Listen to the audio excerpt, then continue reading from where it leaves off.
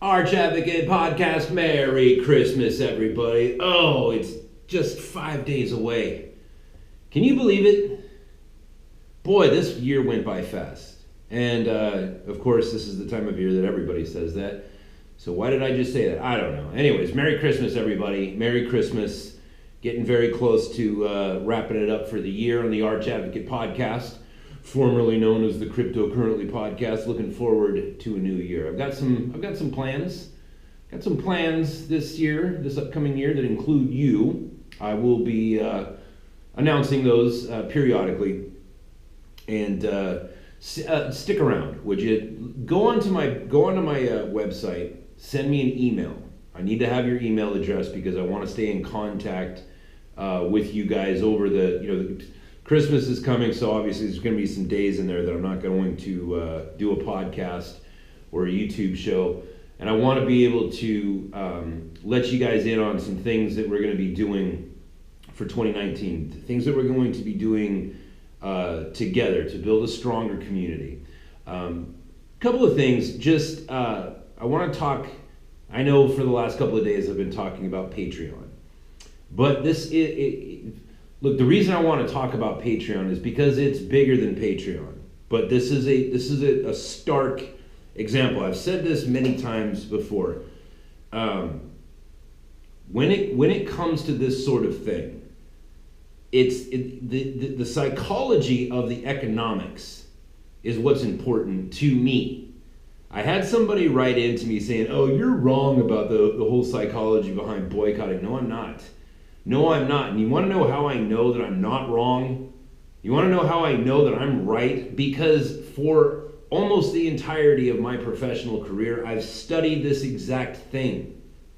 For those of you who are new, and I'm sorry for the diehards, the guys that have been with me all year. I'm sorry to repeat this fact once again. For you people who are new, I am a former futures and options trader in the commodity market. This is my wheelhouse. This is the exact thing that I've studied the whole time. Because listen, commodity trader is just a fancy title for salesperson, right? If you want to trade commodities on behalf of other people and draw commission for it, you have to attract clients. That means you have to get clients to trust you with large sums of their money. Believe me, there is a psychology to it. There are thousands of books written on the subject. And every time you read one, you get a little bit better at the art of persuasion. This is what I'm about, right? This is in a large sense, this is my life's work. And I'll give you a perfect example. Had I thought of it, which I didn't, and I admit, it's real easy to take hindsight and be like, oh, 2020, yeah, this is what would have happened. If somebody would have asked me a week ago or 2 weeks ago, hey Pete, what do you think is going to be the net result of this banning of the Dean Martin song, Baby It's Cold Outside? I would have told you, well, if there's a way to invest in that song, if there's a stock that you can buy, if there's some sort of way that you can make money, I would say go long on Baby It's Cold Outside. Because when you ban people and you make something a taboo, oh, it's taboo, you can't listen to this song, it's horribly sexist. This only works one way. It draws interest to people. They're like, oh, it's taboo, let's go find out what's up, and boom. Today, according to Breitbart, Dean Martin's Baby It's Cold Outside hits the top 10 on digital sales charts for the first time in history. That's how that works. There is if you were to just dive into the study of economics and read everything, right? You would come to why this phenomenon happens. Why is it that when people come out and they say, oh, you can't listen to Baby It's Cold Outside, that the numbers for Baby It's Cold Outside skyrocket? There's a reason that happens. And the exact same reason is why all those people picketing Chick-fil-A caused Chick-fil-A's profits to go through the roof. The exact same principle, the metaphysical principle underlying all of that is why that happens. It's the weirdest thing. There is a psychology, there is a metaphysical side to why when people come on your television set and try to sell you things, that the price is quoted, right? If they want you to spend $100, they're not going to say $100, will they? No. What will they say? How much is it going to do? They want to sell you something for $100. How much is it going to be? How much are they going to tell you it costs? Take a guess. You're absolutely right. $99.95, $99.99. Earl Shide, $199.95.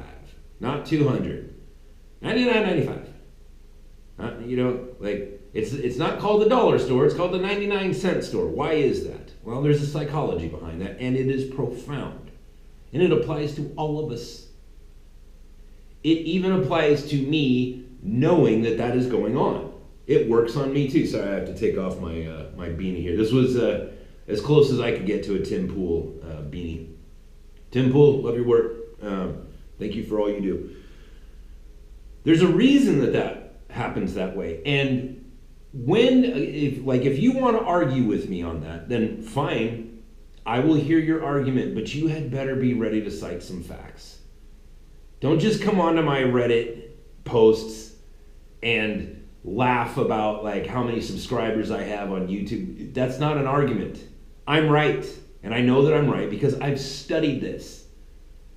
The dynamic of like sociological economics, right? The economics of society.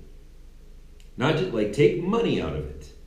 Take Patreon and remove the money from the equation. What are you left with? You're left with people. You're left with groups of people, and groups of people are very predictable. Individuals, very hard to predict what they're going to do. Groups of people, real easy. Real easy. Just like in trading commodities, right? I don't know what's going to happen. I don't know what Angela Merkel or Donald Trump or Emmanuel Macron are going to do. I don't know what policies they're going to implement. I don't know what hurricanes are going to hit Colombia.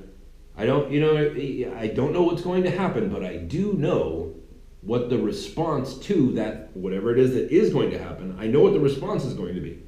It's going to be panic. Panic to the upside or panic to the downside. Either way, doesn't really matter. I know what the response is going to be. It's going to be panic. That's because that's why.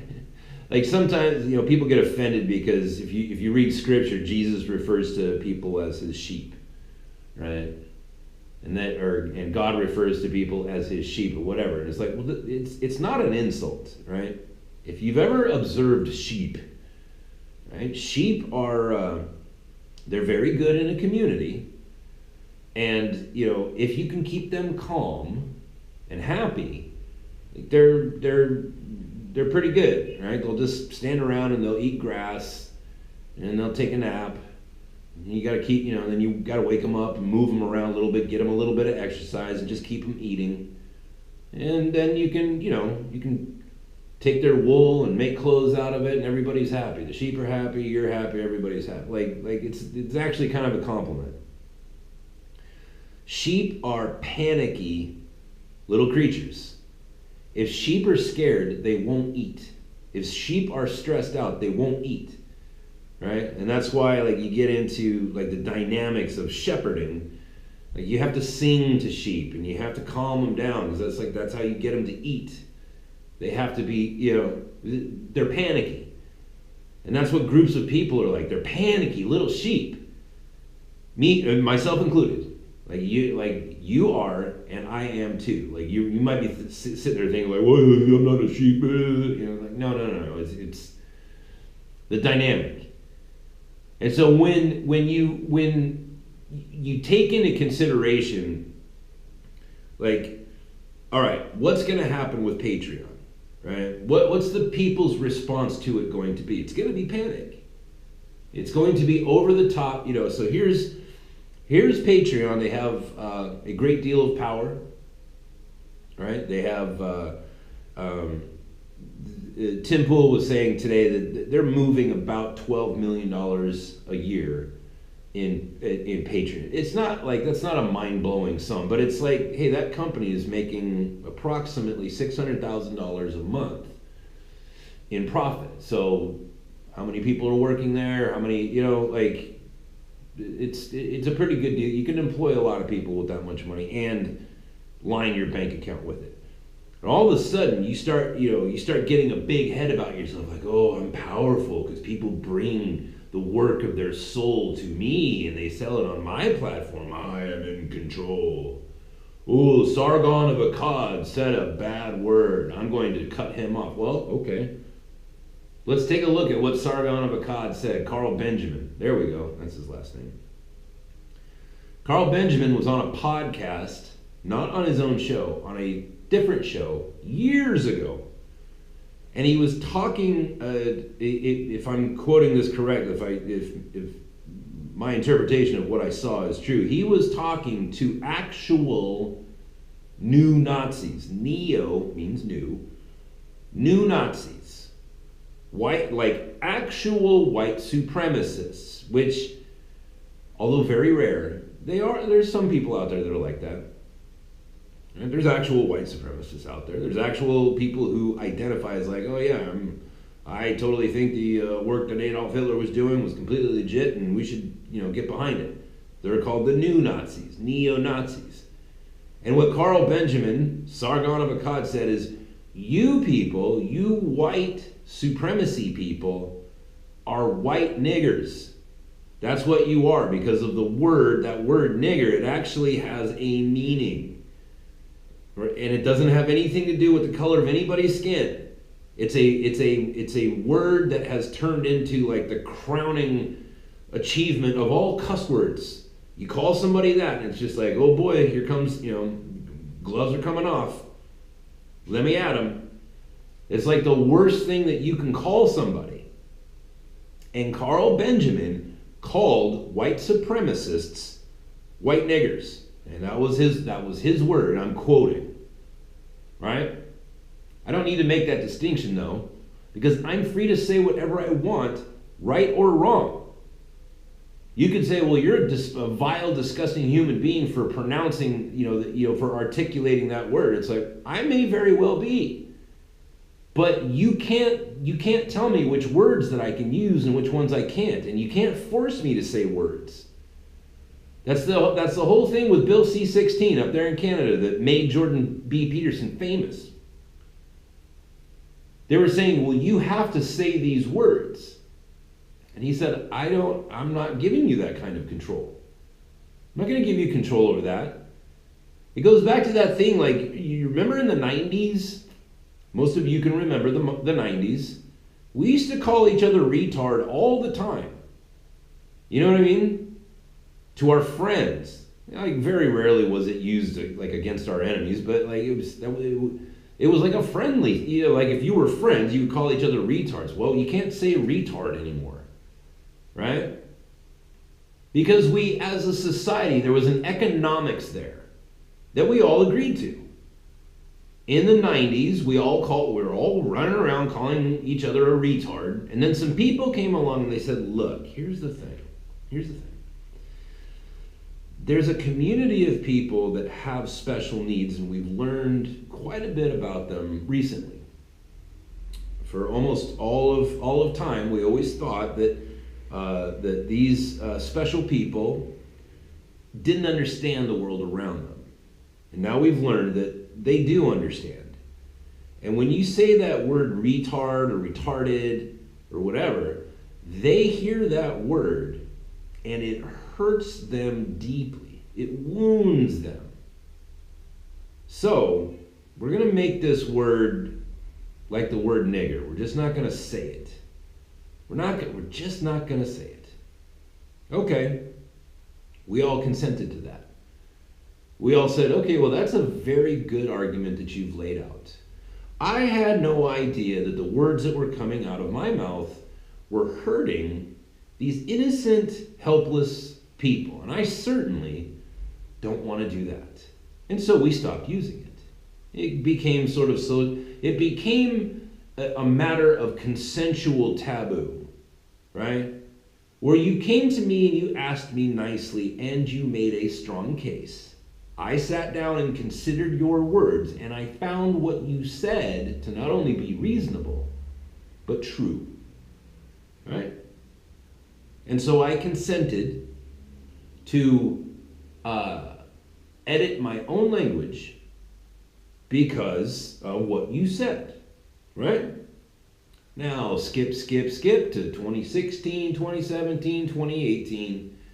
Now people are coming to you and saying, you cannot use that word. It's like, whoa, that wasn't the deal. That was not the deal. You asked me kindly. You asked me politely, and I consented. Now you're making demands. Now you are encroaching on my sovereignty. Sovereignty that was given to me by the creator of the universe himself. I was made in the image of God. God is sovereign. Therefore, the reason, like the whole idea of free will, which evidently baffles the mind of one Sam Harris. Free will, that's what free will is. It is a reflection of God's sovereignty. It's something that he gave to you. You can choose to do whatever you want. Consequences aside, right? You can choose, like if you so choose to, you can go rob a bank. And if you do, there will most likely be an immediate consequence. But the decision to go rob that bank is still yours. You are still sovereign to make that decision, for better or for worse. That's what sovereignty is. And when you come to me and you say, 25 years later, hey, remember that time I asked you to stop using that word and you politely consented? Well, now I'm going to demand it. It's like, whoa, now we have a different deal. That's a different deal. Hey, remember when we asked you to stop calling black people Negroes and instead we wanted you to change that to black people? We said, okay, all right, black people, fair enough. And then you came back and you said, hey, listen, the black people thing, that's kind of racist. Now we're gonna ask you to refer to black people as African Americans. We said, well, okay, and there's a lot of syllables in there, but fair enough. African Americans. Hey, listen, this whole African American thing, we think that's kind of racist. We're gonna have to ask you to refer to them as people or persons of color. Okay, well that's, I can't do the math right off the top of my head, but that's several more syllables. But I'll tell you what, whatever, man, I don't care. And it's not too much for me to go out of my way. We went from Negro to black to African American, and now we're people of color. Whatever, man. Now you're coming in and saying, now you cannot use any of these words, and we are superior to you, and you will not use these words, and you will in fact use these other words. And if you don't, we will punish you by taking your money, by putting you out. That's where we draw the line and the blowback. This is the problem. Not with me, right? Not with me, but or you. But there is a certain segment of society who are going to rebel so hard against that they will go back to using the word for black people before it was Negro. And there's nothing you can do about it. That's dangerous. They call it the law of unintended consequences, but it's like, no, if you just would have thought about it a little bit, you could have understood that this was in fact the intended consequence. The intended consequence was you were going to cause a small, stupid segment of the population to become vile in their speech. There's going to be people running around calling other people retards just for the response that they get from other people. That's dangerous. I'm still going to use the word retard, but I'm not going to do it to get a response out of people. I'm just going to do it for the same reason I did it in the early 90s, because it's funny. And when I'm breaking balls with my friends, it's like, that's a funny thing to say. That's why I'm going to do it. And I will do it in the privacy of trusted friends. And left is, hey, nothing you can do about it. Go ahead, deplatform me. What are you gonna do? You gonna get me shut off? You gonna get me kicked off of Patreon? I've already informed my customers to stop supporting me financially through Patreon. What are you gonna do? You gonna contact my podcast hosting site? Have them kick me off? Doesn't matter. I can podcast for free. It's a pain in the ass. But there's sites where I can post my podcast for free. I don't have to pay anything. Granted, like I said, it's a giant. The reason why I don't do that is because it's a gigantic pain in the ass. But I have what's called a work ethic. You put more work on me to do, I'll do it. There's nothing you can do to me because I'm free, right? And you must be free. And I'm not saying like start running around using the N-word and calling people calling people with special needs. Or saying the word retard in the presence of somebody who has special needs. Like, you're a grown-ass man or woman. You know you shouldn't do that. You know you shouldn't use that word. But you're free to. You're free to. And it's this kind of thing, this precedent, right? Again, like sociological economics, the economics of how people relate to one another, the economics of crowds and crowd behavior. Like I said, I'm thinking of one message, but there were a number of them. People were like, oh, you're wrong about this whole boycott thing, man. Boycotts work, really. They boycotted Baby It's Cold Outside, and now it's in the top 10 for the first time in its life. I know I'm right. And I'm right about the other thing too. It's like the loud boycotts don't work. They do the exact opposite of what you want them to do. You start chanting in front of Chick-fil-A, and Chick-fil-A is going to laugh all the way to the bank. You start chanting to radio stations saying, don't play Baby It's Cold Outside, and then it makes the news, and everybody's like, ooh, why? Is there something naughty in there? So they go on to whatever, and they buy Baby It's Cold Outside by that old drunk Dean Martin. Boy, that guy could drink. Sheesh. With your olive skin and your guinea charm. Come on, name that movie. Right? That old drunk. Baby, it's cold outside. Yeah, man. Top 10, first time ever. That is how that works. However, there's the other kind of boycott. This is what I was saying yesterday. Like, it bothers me that I do have to explain this. Because by explaining it, I am bringing light. I am shining a light on Patreon. Which is going to cause you to say, ooh, what's going on over there at Patreon? Unfortunately. That's an unfortunate consequence, but it can't be avoided because,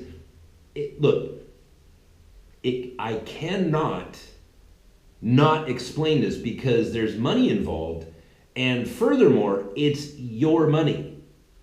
I cannot just turn off Patreon and then have you guys contact me on January 3rd or whatever and say, hey man, what's wrong with your Patreon? Like, are you, maybe you'd be sitting there thinking like, oh, this Pete guy doesn't know how to work Patreon. What a moron. You know what I mean? Like, it can't, like, the easiest way to get through this is just to come out and explain. Like, this dude silenced Sargon of Akkad for insulting neo-Nazis or white supremacists. It's one of those two, and I forget, but whatever. It's one of those two. By calling them white niggers. That's what he did. You can argue until you're blue in the face, like if he should or should not have used that particular phrase. You can argue that. And, I can get, 10 different people in a room, and every single one of them would have a different way to argue why he should or should not have used that. And guess what? Every single one of those people is going to be right. Maybe he should, I don't know. The fact is that it is what he did, and we know exactly the context in which he was saying it in. And Jack Conte, who has this newfound power, this little thimble cup of power, like the little communion cup, that you get at church with a little grape juice in it, that's how much power Jack Conte has. And just like in the case of nearly anybody who have ever accumulated or arrived at any amount of power, it goes straight to their head. Listen, okay, all right, you know, if you're at home this Christmas, you're going to have what's called a home pour. A home pour, right? When you go to the bar and you ask for a shot of whiskey, you get a bar pour. It's all measured out. You get a little bit. It's probably going to be watered down, and it's going to cost you $10 or whatever, right? But when you're at home, you get 3 fingers. That's called a home pour. You pour it yourself. You can have as much as you want. Bang, home pour. But you drink whiskey. You drink vodka. What else is there? Gin, maybe. Gin's pretty rough. You drink those things, and you're going to get drunk. You know, is it drunker or is it more drunk? You're going to get drunker and drunker and drunker as you go. But thankfully, those drinks, the Jack Daniels, the Smirnoff, the Grey Goose, whatever it is that you're drinking, those drinks have been filtered with coal, right? Coal filtering takes the edge off. It's why, like, when you wake up the next day, yeah, you're going to have a little bit of a hangover from dehydration, but it's not going to feel like somebody stuck an axe in your brain. You know what I mean? Where I'm at right now, they have a drink called Rocky. My neighbor lady makes it once a year. It's usually made out of grapes, but it's not wine. It's a distill. They take the grape juice and they send it through a still, just like gin, like a gin still. And I'm telling you, like, I drank this stuff one time, and I had to swear oaths to my wife that I would never drink it again. Because, like, I went crazy. It's crazy. Like, it's outlawed in the United States. Like, it's outlawed in a lot of different places. I had no idea what I was getting into. People use this drink, Rocky, as we use rubbing out, isopropyl alcohol that you can get at Walgreens or CVS for 99 cents. You get that big ass thing of it for 90. That's basically what Rocky is. It's just straight up alcohol. It's nuts. And it makes people crazy. I didn't know that before I started drinking it. Evidently, I went a little crazy. Right? It takes just a little bit. It's not like when you're having your home pour at home, where it's just like, I can have 3 or 4 of these and not end up divorced tomorrow. Not with Rocky. This drink is nuts. It just takes a little bit. Just a little bit. And all of a sudden you're blind as a bat and, running down the street with your hair on fire, whatever. It's crazy. That's what power is. Right? It's like you can't handle it. Nobody can handle it. That's why all of the compiled wisdom of all the ages all warn against it. It's like, dude, if you're seeking power, man, like it's not gonna go well for you. And if you do, if you do find yourself in a position where you've been thrust into greatness. Right, because who was it that said, some men achieve greatness, and some people are thrust into. It goes longer, but like if you do find yourself in a position of power, you need to go and find other, priests or holy men or politicians or whatever, like people who have successfully navigated those waters to teach you how to not be corrupted by it. It's the only way. Like, you have to get counsel. You have to have people around you. And this Jack Conte guy, who's he's just a soy boy, far left, whatever. It's like, all of a sudden, I have a little bit of power. Ooh, I'm going to start turning off Sargon of Akkad. I'm going to keep leaving these other people who actually do call for violence and actually use racial slurs against the, perceived target. You know what I mean? They're still doing that, but they're leftists, so Jack Conte doesn't care about that because in his little drunk power world, because he's had a little thimble full. Because let's face it, like he's not making billions of dollars. He's not changing the world. He has not invented anything. You know what I mean? Like he's just a guy that had a decent idea for an app. And now he's like, oh, I'm going to take this, quote, sobering responsibility, and I'm going to turn this voice off because he's a bad man. It's like, oh, you had the shot, didn't you? You had your little communion cup of power. And now you're like, all-powerful genie! Right? Remember that? Remember that in Aladdin? I'm an all-powerful genie! Like, that's what Jack Conte is doing right now. All-powerful genie! Itty-bitty little living space. And the economics of this, that's what I was saying, is like there's the way to approach this problem is with economics. Take the money out of the economics, and what you're left with is true economics. You've got this guy that silenced Carl Benjamin, and the immediate response was all the people who are regarded as the heavy thinkers, the big thinkers. Carl Benjamin, Sargon of Akkad, Sam Harris, who I despise, right?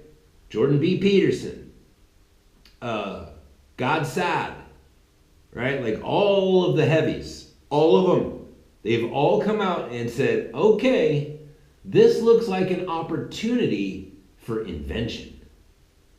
Tell you what, we're all going to get together. We're going to put all of our money into a big pile.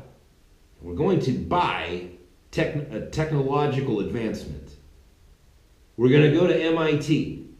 We're going to find the best and the brightest computer engineers. And we're going to hire them to build us something. We don't know how it works because we're not computer people. We're philosophers. We're people who study philosophy and religion and social dynamics and economics. And we're going to make it so that this sort of thing is, we're going to build this thing so that everybody, no matter what happens with Patreon, there's now going to be this other thing that's going to stand in opposition of it. It's going to be like a statue. A statue? It's going to be a statue of when people look to Patreon and they hear about this other thing that was started by Jordan Peterson, Sam Harris, and Dave Rubin, and all those other guys, they're going to ask themselves, why is it that that thing is there? Why is it that my friends tell me so vehemently one or the other?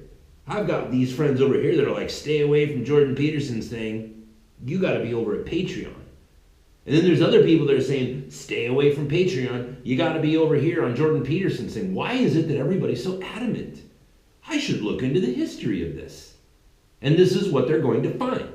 They're going to crest that mountain and they're going to find Carl Benjamin sitting on top of it.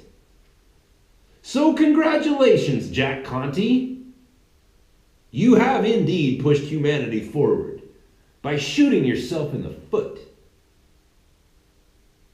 And that's a beautiful, like, it's a beautiful social dynamic where, like, the boycotting of silence, right? Like, they're just saying, you know what I mean? It's like, okay, well, I can either go stand in front of Chick-fil-A with my purple hair and my big fat ass and my coexist tattoo and draw more attention to Chick-fil-A, or I can just go build I can build my own chicken restaurant. And I can tell all my fatty friends who have no money because they all have their degrees in feminist dance theory to come shop at my store. Of course, I'll go out of business because I'm trying to appeal to people who don't have money. That's another thing too, man.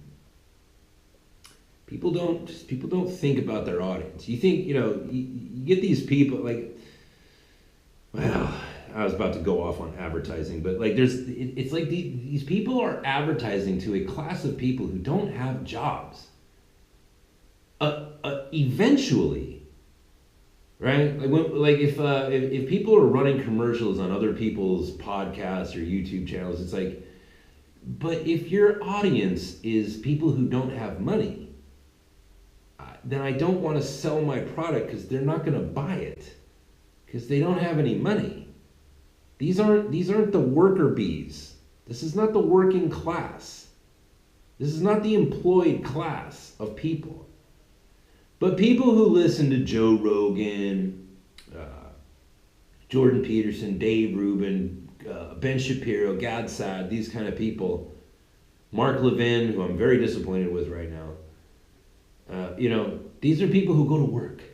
They have money. Therefore, like, you can advertise to those, to their audience because people are going to buy their stuff. Why? Because they want what you have and they have the money to buy it. These social justice warriors that are standing up for Patreon and going after Subscribestar and going after PayPal, and I don't understand why PayPal would capitulate to them. It's like, dude, you people don't have any money. There's no reason for me to listen to you. You don't bring anything. What, are you going to shame me? You know what I mean? Like, that doesn't work on me. I don't understand why it works on other people. You can come after me and be like, oh, Pete Dobson said the word nigger on his podcast like 5 times today. You must be a racist. Say whatever you want, dude. What are you going to do? What are you going to do? Oh, I'm going to get you kicked off of YouTube. Okay, you do know that the only thing that you need to start a YouTube channel is an email address, right? That's all you need. And the last I checked, they're giving those out for free. I can start a new YouTube channel. I can start a new podcast. I can get kicked off of my host. I can get kicked off of YouTube. I can get kicked off of my podcast host. And guess what? I can start another one. The same day. The exact same day. I've gotten kicked off of Reddit pages like several times. And I keep writing to these people, like the moderators. They're like, oh, you're not allowed to share your podcast here. Ben Shapiro can share his podcast, but you can't share your podcast here, right? Like, there's a Reddit page called The Donald, where like every time that it's for Donald Trump. It's an absolutely pro Donald Trump page. And when I do a podcast praising Donald Trump, I've shared it to that page, and then they've after several times, they've kicked me off, and they wrote to me, and they're like, we don't want you to promote your podcast here. And I wrote them back, and I'm like, so you're okay with Tucker Carlson, Ben Shapiro, Dave Rubin? What you're saying is, we only want you to share here if you're sufficiently famous. Not about the content of what you're saying, but we only want famous people here. Well, then you don't really care about whatever. You don't care about Donald Trump. You care about being famous. And I wrote that to him, and I was like, okay, you do know that, like, all I need to do to, now that you've kicked me off, you've banned me, all I have to do is get another email address, write down the password, what the new password is, all that other stuff, and within moments, I can repost on your site. We can keep doing this over, and I've done it like 5 times now. Probably not. I think it's more like 7 or 8. I've done it several times. It's like, you people understand, like, this is free, right? Like, I can get an email address for free. You want to know how to start a YouTube channel? The first thing, get an email address. That's it. That's all you need. It's ridiculous. Oh, we're going to kick you off of Patreon. Okay, well, guess what? There's other people out there that are thinking along those same terms. It's like, okay, you do understand that all I need to do to create another site just like PayPal and just like Patreon is I just have to buy it with the obscene amount of money that I have. All I have to do is pay somebody to build it for me, and it's going to get built. What I just said about email addresses, that's how they feel about that sort of thing. It's like, you're kidding me? Are you kidding me? You do understand that the only thing I have to do to solve this problem is literally to throw money at it? And then I will own my own Patreon. And then I will own my own PayPal. And that 5% or 1% or whatever it is percentage, all those fees, all the nickels and dimes that PayPal takes and all the fees that Patreon takes and all the fees that Super Chats take, guess what? Then it's all going to come to me. And I'm going to get all the business because you did exactly what the Nazis did. They silenced information. They burned the books. So, whatever. Look, I'm not wrong about this, right? I do, again, it bums me out that I have to explain, why I'm recommending to you to turn off your support of this show through the tool of Patreon. Because in doing so, I have to keep mentioning Patreon. And I don't like that for the same reason I don't like using Joel Osteen's name. Right? Or Creflo Dollar. I don't want to, or Ocasio-Cortez, Kim Kardashian. How many times has it been said? It's like, people, if we just stop talking about the Kardashians, they will go away. The only reason is that they're famous is because you keep making them famous. Every time you say that word Kardashian, you make these people famous. And they're only famous for being famous. There is an economic explanation of why that happens. And it's metaphysical. But it's real and it's chartable and it's, you know what I mean? That's why I don't like talking about it. But for people to come on and be like, oh, you're wrong about boycotts. No, I'm not. No, I'm not. I've done the homework. Have you? Jackass. Anyways, Merry Christmas, everybody. Merry Christmas to you. Hey, listen, tomorrow's show, I think, tune in to tomorrow's show. It's going to be Friday, and then next week is Christmas, so we've got some announcements to make for tomorrow as far as scheduling goes. To all of you guys, man, it's been a hell of a year. It's been fun, and I'm very much looking forward to growing closer to all of you in community in 2019. I'm looking forward to it. Thanks for listening. Please hit subscribe. Please support the show financially through PayPal, which you can find at archadvocate.com, arch-advocate.com. Merry Christmas. Christ the Savior is born. Praise be to God. That's it. Talk to you guys tomorrow.